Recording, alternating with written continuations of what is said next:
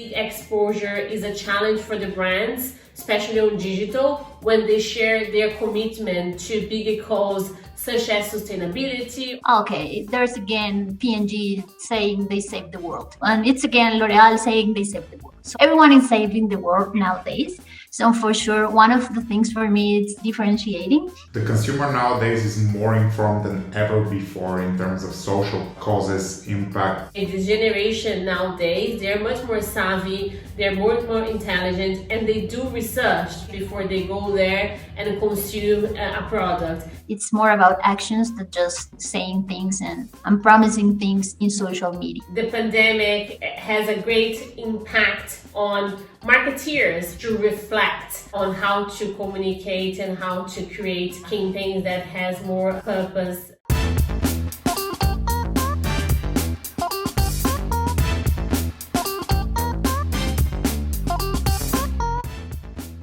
Hi everyone, it's Maira Genovese here, and this is our MG Power Influencer Marketing Uncover podcast. Today I'm here with Aleks, Velev, our campaign manager at MG Power, and together, once again, we are thrilled to be joined by a wonderful guest, Sylvia Guerrero, marketing manager for Nestlé Nespresso in Colombia.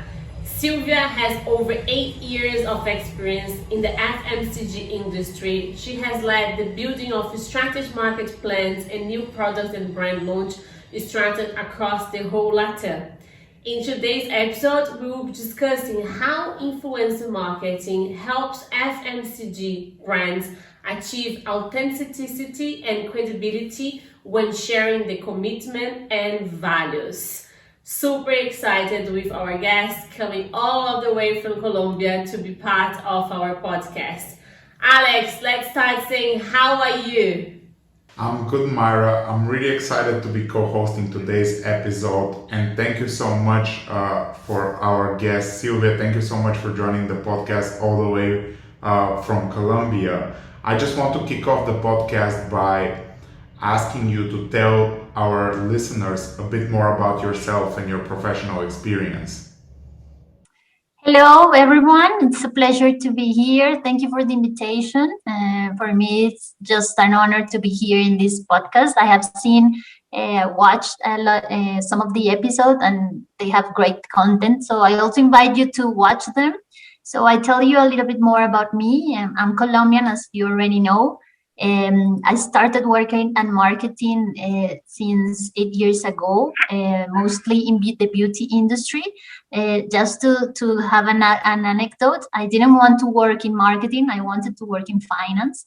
So this was like a big shift for me, because one of my teachers at the university used to say that finance guys were the ones who were very successful. So I just wanted to go to finance, and then for accident I landed in the marketing industry, and I completely fall in love with marketing. So I started this career in beauty.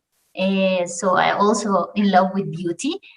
Started working with hair care, with skincare, with makeup, with different categories, not only marketing products in countries, but also launching products, developing products. So it's been a pleasure. And nowadays, I make a shift to the grocery industry, working at coffee. That it's a beautiful industry also, with a beautiful brand that it's Nespresso. So mixing the beauty industry category and marketing knowledge with this new category that is coffee. So it's been a very good journey for me. Wonderful, Sylvia. Super delightful to hear your experience and how has you have evolved your career for wanting to be working in finance and making that incredible shift. So very interesting to hear. And then I think this conversation is really wanted to dive in your experience on digital and influencer market. And as you now are working with FMCG brands, which we know they are a big part of the day-to-day life of consumers like ourselves.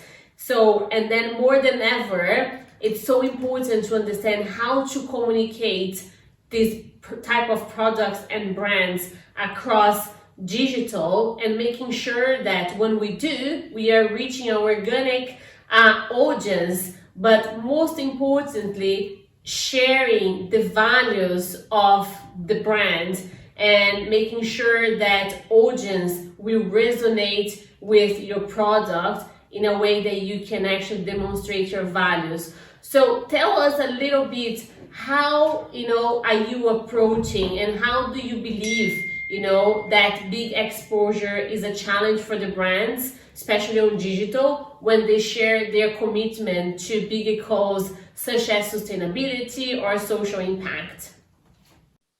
Yes, that's a very good question, and I believe the brands and fast consumer good brands have two challenges in two ways. First of all, if you are a fast consumer goods brand, it's probably that you are one of the biggest ones. So maybe or not, maybe it's probably that you are competing with these big brands. So you have Unilever, you have P&G, you have Nestlé, you have L'Oreal.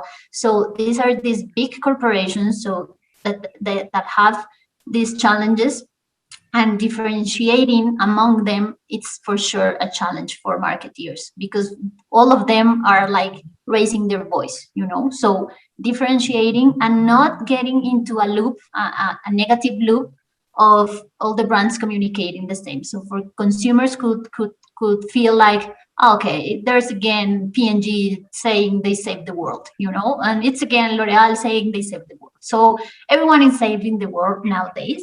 So for sure, one of the things for me is differentiating. And the other great challenge is credibility. Also, as being a big corporation, it's more difficult to gain this credibility, because you're not only having a local impact, but you have a global impact. And consumers every day, and with all these digital technologies and with this knowledge and information, they are very informed, and they can see what's happening in every part of the world. So it becomes like, okay, you're making an impact, let's say Colombia, but why are not you making an impact in France? So it's a challenge to be like globally also, but locally, and communicating your initiatives in this way. So also you are faced with all this information that is out there. You have these Netflix documentaries that are each day like getting this into these topics. So brands need to be like ahead of the topics. You said, like moving a step forward, and all communicating their values and their commitment in this way, with credibility, and also differentiating with what everyone is saying at this moment, with this popular topic also. It's very interesting you mentioned about the challenge of, especially as you said, Nespresso being a global brand, right? Which, if you do a campaign in Colombia or if you do in the US, you cannot control the impact that campaign is not going to go above that market that you're actually trying to reach, because digital now it's global, right? We're talking about the globalization of the way we consume digital, especially. So on top of what you said, how do you do to making sure that you're keeping the key message of the brand Nespresso? That's the main message that the brand is having across every market, but make it more culture relevant to your market. So what's the main secret in there to making sure that you're not passing the message to your consumers locally that's not the global message, but you need at the same time to resonate with your audience? So how do you do that? Yeah, that's a challenge that we have every day, because for Nespresso, it has something that's very special, that Colombia is a country of origin. So actually we extract coffee from Colombia to all the parts of the world for Nespresso. But I believe that the purpose needs to be clear. The purpose is globally, and then you can localize different actions. So for example, The purpose of Nespresso is to have coffee in a sustainable way, and then you can localize and how you get sustainable coffee from Colombia, how you help coffee farmers in Colombia. So underlining these local actions under a global purpose. I believe in this way you can like be relevant, and also understanding which are these pain points in the country that you are communicating, because you cannot like launch a global campaign with some topics that are not relevant for the consumer. So I advise my team all the time to search in social media, social listening, what are the topics that in Colombia they are talking about, and we will deep in those topics under the big purpose of each campaign. So in that way we can be relevant and resonate under the consumers. If not, you're going to be just another global brand, and you're going to be like, oh yeah, this is global, but it's so far away for us Colombians, for us consumers. And you can do it in every country. Let's say I don't know, Spain, I don't know, Italy. So it's like understanding your consumer and seeing what is relevant, and then connecting the global purpose with that local need or necessity. Absolutely. And in terms of the consumers nowadays, the consumer nowadays is more informed than ever before in terms of social causes, impact, etc. So just wanted to ask you, in your opinion, what would your advice be to other FMCG marketing managers to communicate that purpose and the stand that the brand is taking on those social causes in an authentic and informative way? Yeah, I will say that this topic is very interesting, because as I said earlier, everyone's saving the world now. You know, so this topic is very popular now. So brands are getting into it. That's normal, but I will say be consistent and go big or don't do it. You know, it's not possible that a brand like goes one shot a year, like, yes, I'm sustainable, maybe I do this, maybe I recycle, maybe I help these communities, and that's it. It's a campaign 1 month and that's it. I don't talk about that all year long. No, you have to be consistent, and you have to go big or don't do it. And it's a matter of culture also. It's something that needs to go from the top to the bottom. You need to involve CEOs, you need to involve communities, you need to involve employees. It starts in the company. You know, it's not okay, let's see what consumers are talking about. They're talking about recycling. Okay, so I will go about with a campaign about recycling, and then I'll tell my CEO that we have this initiative. No, you have to do it all the way around. You have to convince first your CEO, having it the culture of the company, having it as a purpose, and then going to consumers. In this way, it's going to be more credible. It's going to be genuine, because social initiatives need to be genuine, because otherwise there will be like, yes, another brand talking about saving the world. So I will say consistency, it's the key, and also to having everyone on board and starting from the top to the bottom.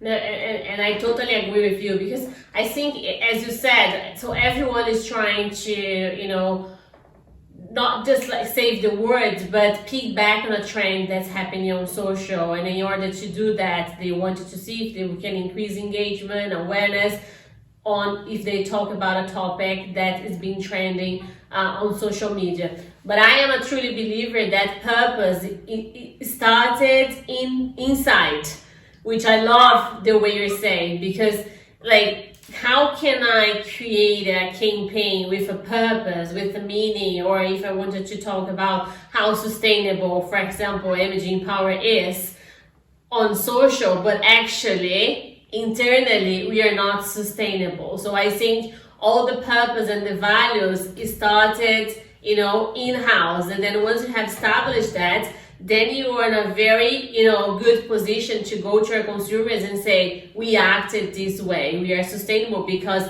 like internally we do like that, and we believe that this is the way of doing. And I love to hear that this is the way that Nespresso does. We here at the agents, we're truly believers on the purpose-led campaigns. And I love the topic about sustainability, because I feel like this, as Aleks was saying, this generation nowadays, they're much more savvy, they're more intelligent, and they do research, right, before they go there and consume a product. And they know when it's genuine and when it's not, right? Because it's not more about, you know, trying to persuade a position of a brand and thinking that consumers will buy into it. No, now we do research. There's a lot of websites that you can get reviews from your product, from your brand. So very interesting to hear more about the sustainability aspect of Nespresso. What is the importance, of the brand on this topic? And what are you guys doing on social, especially with the influencer marketing, to type onto the subject? Okay, so I will summarize the strategy, let's say, of Nespresso in one sentence that I love. That is, doing is everything. Because I would like to add also to the previous question, it's not something that you have on paper. It's not something that you have in these PowerPoint presentations and you go to these meetings and you talk about it.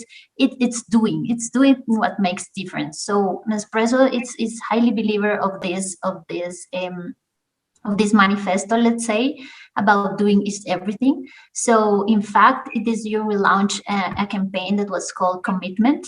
That talk about that. So our commitment with communities, our commitment with coffee farmers, our commitment with recycling, our commitment with all the value chain of coffee. So what we wanted to communicate, and we closed the campaign with the sentence doing is everything, was to underline what we were doing, not only in Colombia, but in the world, you know. So this commitment that started many years ago, it's also what I'm talking about, consistency. It's not something that we came up to in the previous year. It's something that we have done in the previous years and also wanted to do in the future, to sustain in the future. So in this way, we are highly committed to this helping coffee farmers, let's say, is one of our priorities.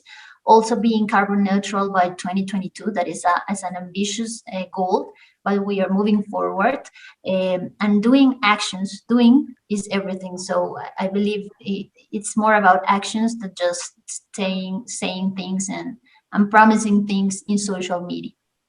And just interesting now, how can you type in, Sylvia, that into the power of the voice of influencer marketing?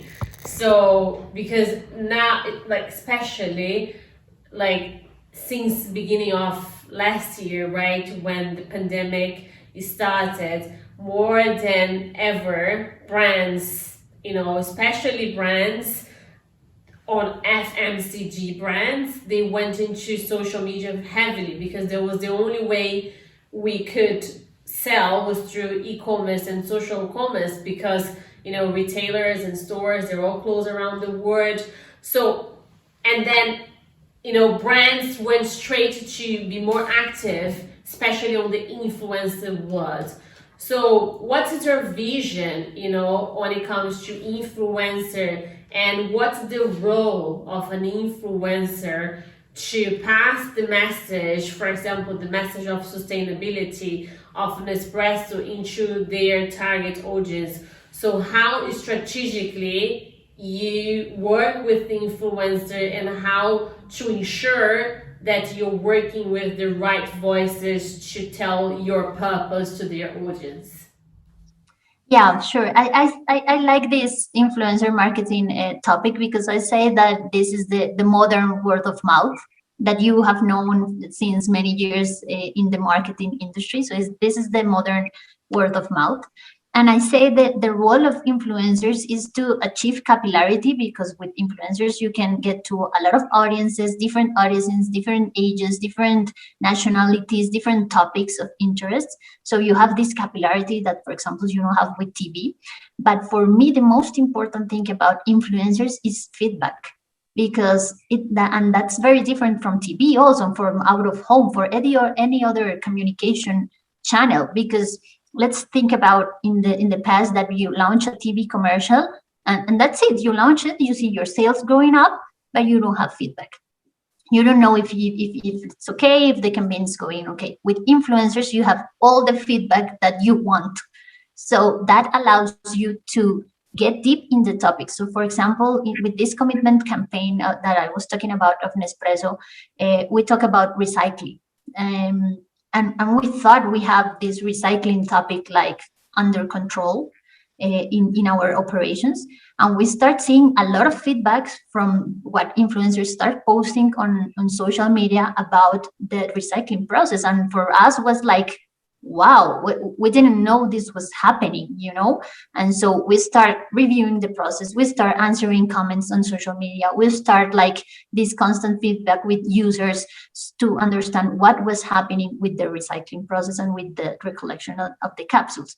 If we didn't have these influencers talking about it, maybe we will go business as usual and don't even know what was going on and how important this topic is for people. So influencers not only achieve this capillarity, but allow you to have feedback and allow you to also like commit people to your purpose. Again, I get back to the purpose. So once influencers commit to your purpose, they can also get your message to all their followers, and also their followers will feel it more genuinely. They will believe it more. They will have this credibility more than if you go, I don't know, in a press release like, yeah, Nespresso is doing this for the environment. Yeah, that's okay. But if real people, if influencers that are in contact with their followers, this will make it more genuine, more credible, and it would also make you have like a stronger voice. Absolutely agree with this. I think that even not only from the generating feedback from influencers regarding the process and the stance on different social causes, it's also the comments that they generate from their audiences themselves can give you amazing feedback, which can be used by your brand and be incorporated in future campaigns. And it's exactly as you said, that can't be achieved from TV or a press release or any other form of marketing. Is that genuine connection between influencer and the potential consumer. And just wanted to ask, as Maira mentioned, we've seen a huge rise of digital channels and brands running campaigns on digital channels, especially during the pandemic. And wanted to ask, because brands need to communicate the changes that they're undertaking in terms of social change, etc. So just want to ask, in your opinion, what new digital strategies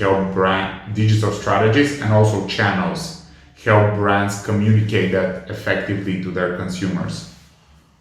I believe that digital channels let you have speed, you know, because you can immediately like be in the conversation, be what's going on, and you can like go straight forward if you use other channels.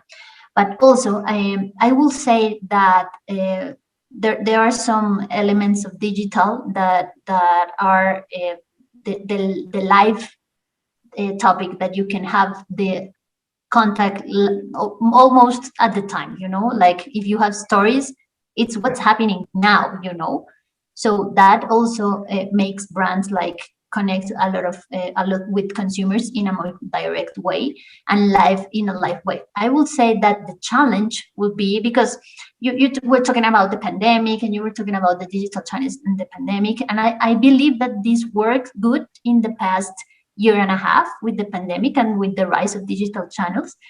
But the challenge that brands will face now is to get these experiences more vivid on digital channels, because you have to touch without touch, you know, you have to experience without being there, and this will be a bigger challenge. And I believe that technology is going to develop around this, because you have to have it, because people are also claiming for experiences. So it's going to be a mix of what we have after that. It was that experience was the main topic, that you are going to mix it with these digital channels and to raise brands and value brands among consumers. And Sylvia, love that you mentioned about live streaming and the live elements. We are truly believers on the not just the future, but like how on the present moment live streaming is changing the way we create the experience to consumers. Your point of view, do you think the digital experience will replace the face-to-face experience, or we will see the live element continue to have the momentum? And I think live streaming, from my perspective, is here to stay. And truly believer that how can we create those unique experience on a digital space will be key for any brand. But I very, like, as we're talking about it, like, how do you see the future of offline experience? Do you think that will be back as being like big experience, or it will be more an intimate experience where you're gonna create the element of exclusivity, like we're doing this offline, but it's just for few consumers, the loyal ones, instead of going back to that format that we are used to doing in the past of doing big activations, big projects, and like influencer trips. Remember, like 2 years ago, every brand was typing into creating an experience with influencers, taking them to so many different countries to experience the brand in a very in-depth way. So how do you see that? I see it in two ways. For sure, what you're talking about, exclusivity, this will drive the conversation, and this will drive the brands, mostly luxury brands, that you will have these like secret spaces, or I imagine like, okay, you have this secret code that you can access this, or maybe you can link it with experiences like, let's say, go through the city and find this QR code. So it's a unique experience and one-to-one, but it's continued to be digital. On the other hand, I believe that we will have these live experiences, but more driven to the documentary way, in which there's no script, there's no like pretty scenario, because nowadays you have these lives that you can, okay, you have this script, your house is pretty, most of what we are doing now, it's like, okay, we are well set here, but now then you are going to have this person with his cell phone, her cell phone, like streaming and going, for example, to visit one coffee farm in Colombia, and if that day it's raining, it's not that pretty farm view with all the plants and these beauty coffee farmers. No, if that day is raining, you have the rain, and that is going to make it like very tangible and very unique, because it's going to be just reflecting reality. It's going to be the way it is. You're not going to have this light so I can see, I see myself more pretty. No, it's okay. It's raining or it's sunny. We don't know. We are going the way it is. We're gonna go to enjoy it regardless, right? And I love that, because it has to be real. And I think that's the future of offline and online experience. How you can be real online and offline. And as you said, if it's rain, let's rain. Let's show it that it's normal. We are here. We experience that with Nespresso, but it's raining and we're still enjoying, and I think that genuine aspect is what's gonna make brands to be tangible. Totally agree with that. And I love that you have that vision. It's incredible. Yeah, sure. It's amazing, because we were talking about this in some meetings with the team of Chile, and we were talking about how can we go to the coffee farms, because it's a very important part of our process. And we were talking about, like, let's record this, let's have this ambassador, she's going to look very pretty, and we are going to have this camera and these lights. And we were like, no, for that we have a video, that has been already recorded, so let's play the video. But we need to go like really live in the experience, like, hello, like living the experience through the camera. And we were talking with an agency, and they were like, yes, we can have this big crew. And we were like, no, we want just one camera, one camera to record it all. And as I told you, if it is raining, we have rain, and we have rain and we record it that way. So it will really reflect the experience and really make people feel what they will feel if they were going to go to the coffee farm. But in the other side, this would be great because you can connect people from around the world. You were talking about taking influencers to different cities, to different countries. That also has a budget that it's important. And in this way, you can have it like a more massive diffusion, more massive reach, because you can connect a lot of people to the stream. You have a challenge that is internet, because in a coffee farm, maybe internet is not very good, but that's part of the thing. If it's like maybe the internet goes down, okay, that's the way it is. That's the life in the coffee farm. You cannot change it. So that would be fun. And then you're talking about that being real, and I thought about, I'm not sure if you saw the Dove campaign that they just launched this year, that's all about self-esteem, and how especially this new generation, they have to stop using filters to make it look beautiful and change how their body looks like. And I think it's all about that. Like, let's remove the filter and then be real to the experience offline and online, because it's when your consumers will engage with your product in a more genuine way. And I think with the pandemic, it makes all of us, especially consumers, to reflect in the way we consume, the way we engage with brands, the way we use social media. So I think the pandemic has a great impact on marketeers from every industry and service to reflect on how to communicate and how to create campaigns that has more a purpose led, which is great to hear that Nespresso is all about that.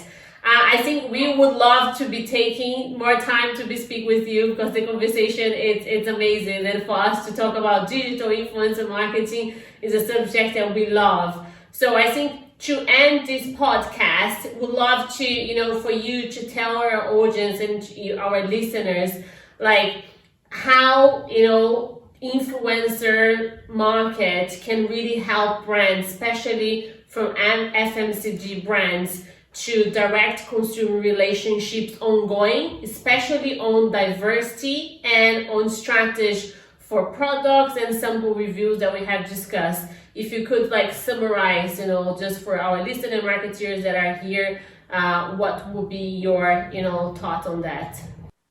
Yes, so I would summarize it in two topics. I would say it as I talked about earlier, about feedback. So that's the key. That's if you are not getting feedback for your influencers, you're doing half the homework. You have to get the feedback and you have to make something with the feedback. But because it's not like, yes, they're saying this in social media and marketers are like, okay, that's good. No, you have to act on that feedback.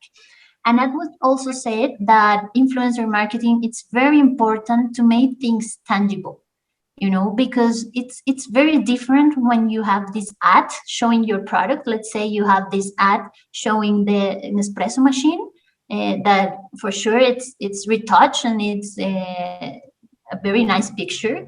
But once you see it in the house of the influencer, once you see how big it is, once you see how it sounds, that's really the magic touch that influencers get to communications, because you can tangibilize more what you are doing. And also, I would say that influencers will help you create movements, because nowadays it's all about movements. You talk about Dove, that I for sure love them and admire them a lot, but they will help you create movements that you cannot create from your company directly. It's very hard for a brand to go out and say like, okay, let's join to this movement, as if you have influencers telling people to join a movement. So find a movement, find a cause, find a purpose, and get everyone on board. Not only influencers, but remember, from top to bottom, all the organization, all the culture, driving this purpose. And in that way, you will have a complete communication and something that will be awareness and will build your brand in the future. Love that. It's pretty much how to do your who, your what, and your why, right? Yeah. So if you part from that, principle, okay, who and what and why, then I think you're good. Yes, you're good to go into a great plan and strategy. Sylvia, that has been a pleasure to be with you today on our Influencer Marketing Uncover podcast. Again, thank you so much for taking the time and for being our guest all over Colombia. We love to have international guests, so this is the purpose of our actually podcast, is bringing international guests that can share their experience from their local market and giving all these great insights, to your listeners, to your audience, how influencer marketing is such an important element of any marketing strategy, and how each market are taking a different approach, but at the same time, the same approach when it comes to influencer marketing idealization. So thank you so much, and hope you have enjoyed. Aleks, thank you so much once again for being co-hosting this podcast with me. Thank you, and thank you so much, Sylvia, for joining us once again. It was amazing, and I'm sure that all the listeners will really enjoy this podcast. Thank you very much. It was a thrilling experience for me. Thanks for having me, and I say hi from Colombia. Thank you very much. Lovely. Thank you so much, everyone, for tuning in one more episode of our Influencer Marketing Uncover podcast powered by MG Empower. Hope you have enjoyed, and we're looking forward to see you on our next episode. And if you have not signed up yet, sign up for a YouTube account, for our Spotify account, and please share if you like and comment. It's always a pleasure to have you guys here listening to us. Thank you so much, and until the next episode. Bye!